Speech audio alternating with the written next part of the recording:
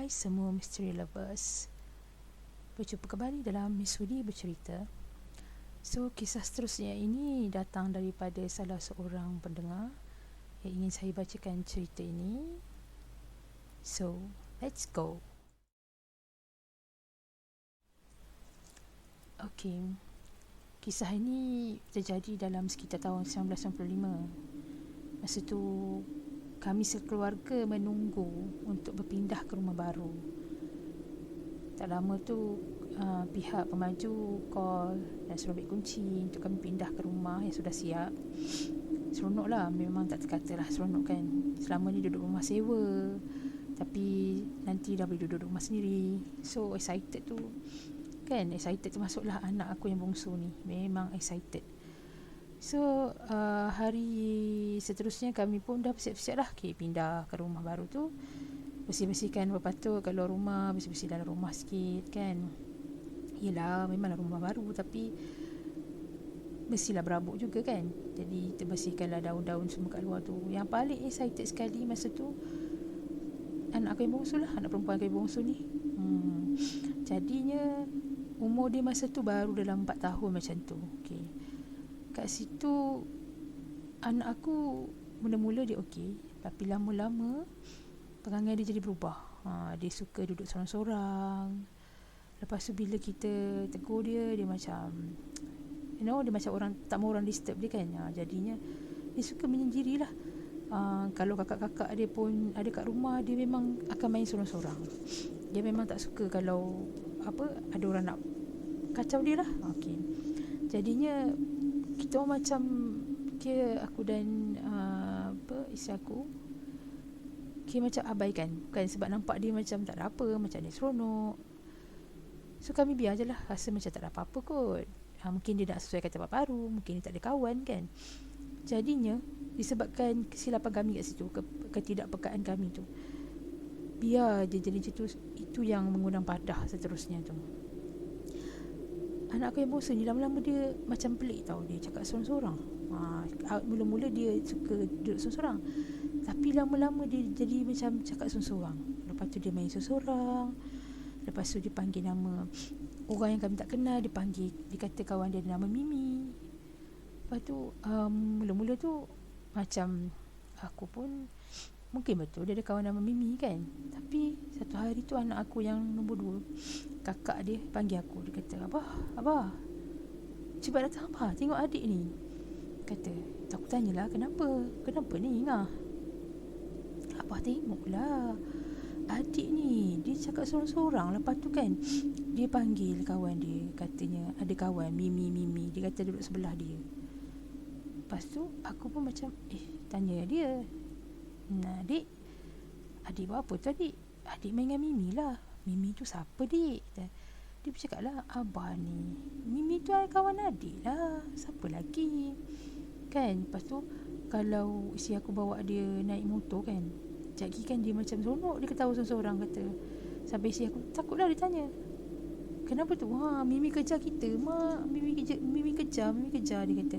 Sampai tahap dia nak tidur, nak makan, nak main, semua nak dengan Mimi tu. Satu hari tu yang ni paling kemuncaknya, tiba-tiba adik hari tu kira kebetulan adik aku datang rumah tau. Adik aku yang nombor 2 datang rumah. Dia tanya aku, Long, anak kau yang bongsu tu Long? Adik ada tadi dekat ruang tamu. Serius Long? Tak ada, yang lain semua ada. Lepas tu aku tanyalah adik aku yang sulung, anak aku yang sulung. Dia kata tak ada juga. Tadi dia kata dia tengah kerja-kerja main dengan Mimi. Lepas tu adik aku tanya, kata, Long, kenapa kau biar anak kau macam tu Long? Dia duk panggil Mimi tu siapa Long? Kata, tak adalah. Aku pun katalah, aku pun tak perasan, mungkin dia ada kawan nama Mimi. Aku ingat dia macam berkhayal je, sebab aku ni susah sikit nak percaya benda-benda gaib ni. Jadi macam tak ada apa kot, dia punya imajinasi lah kot agaknya kan. Tapi hari tu memang kami cari anak aku yang bongsu tu, tak jumpa. Nasib baik sangat, nasib baik.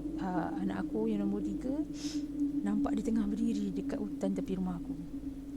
Kita orang pergi tengok kat dia, panggil dia, Adik buat apa tu dik? Dia tunjuk kat dalam. Dia kata, Abah, Mimi panggil adik lah main kat dalam ni. Tak boleh adik, mana boleh masuk dalam hutan tu. Aku dengan isi aku pergi tarik dia, dia menjerit meronta-ronta, dia tak mau masuk dalam rumah. Dia kata Mimi panggil. Dia kata Mimi nak main dengan adik, nanti Mimi tak nak kawan dengan adik. Dia kata gitu. Lepas tu aku kata tak boleh jadi ni. Kita orang bawa juga dia masuk dalam rumah. Lepas tu adik aku yang nombor 2 pun kata, kau tak ada kenal ke siapa-siapa ustaz kat kawasan ni? Try lah, kata hubungi ustaz tu, suruh datang.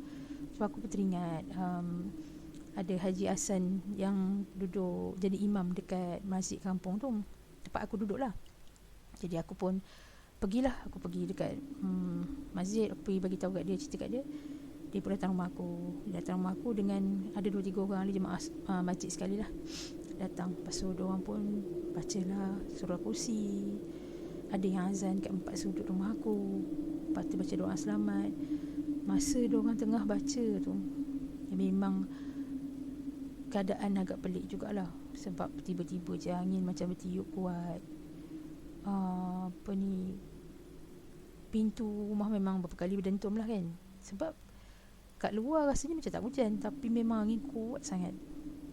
Lepas tu terasa macam ada makhluk lain yang duduk di sekitar kami tu. Lepas tu bila sampai part Haji Hassan tu baca surah kursi, part yang wala ya'uduhu tu kan, masa tu terdengar bunyi budak menangis, menjerit-jerit kan. Lepas tu dia dengar, lepas tu sayup, dia dah tak ada. Lepas tu dengar lagi jerit kuat, lepas tu hilang lagi. Bunyi tu macam bunyi orang yang sakit sangat, bunyi suara tu. Lepas tu yang anak aku masa orang baca doa semua, dia pun menangis tau. Dia cakap, jangan siksa Mimi, Mimi terbakar, bibi terbakar, dia kata gitu. Lepas tu dia nak pergi ikut kawan yang tak nampak tu. Nasib baik dia aku pegang. Lepas tu kita orang pegang lah kat dia. Dia duk menjerit-jerit, jangan siksa Mimi, kesian kat Mimi. Lepas tu tak lama tu dia kata dia nampak muka Mimi jadi buruk. Tu yang dia berhenti menangis tu, jadi buruk. Lepas tu Mimi tu hangus bakar dan hilang terus dari pandangan dia. Lepas tu selesai Haji Hassan dan orang-orang masjid tu baca doa semua, Haji Hassan tu panggil akulah. Dia kata kamu lepas ni kalau boleh banyak-banyakkan mengaji. Dia kata banyak-banyakkan sembahyang jemaah di rumah. Dia kata kita cari rezeki juga, tapi untuk makanan jasmani kita dah cari, makanan rohani pun kena isi juga. Jadi aku tersentak lah dengan apa yang Haji Hassan cakap. Betul, selama ni memang kami berdua boleh ke, aku dengan isteri aku leka. Sampai keadaan anak aku makin teruk. Memang kesian lah tengok dia sampai dia macam faham tak perasaan seorang budak. Dia ada kawan, tiba-tiba kawan dia tu bukannya apa yang disangkakan kan. Sejak daripada kejadian tu, kami pun tak pernah lagi dengar lah anak aku yang bongsu tu sebut atau panggil nama kawan-kawan dia Mimi tu.